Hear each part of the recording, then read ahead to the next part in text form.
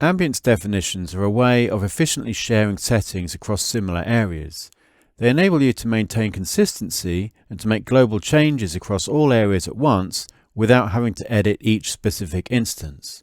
For example, here we have a forest area, but you may have dozens of forest areas across your map. So, for example, over here we have another cluster of trees, and we might want a similar sound for this area. So let's create a Sweej ambience volume and edit it for this area. We'll name it Forest 2.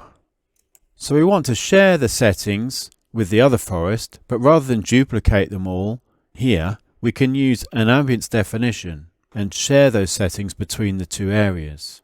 So let's create a new ambience definition, audio, SweejTech, ambience, Sweej ambience definition. We'll call it forest.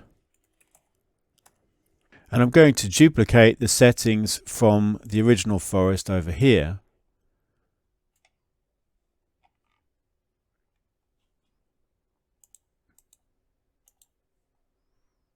And then with this ambience definition selected in the content browser, I'm going to assign that to the new forest area.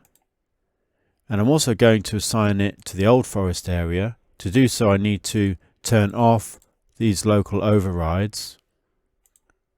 And now any changes within the ambience definition that I might want to make, for example, I might want to add some additional scatter spots or change the area type, will be reflected in both of these actors. And as we've just seen, if you want to override any of these to be specific for this individual instance, then you can just check the box and override it locally.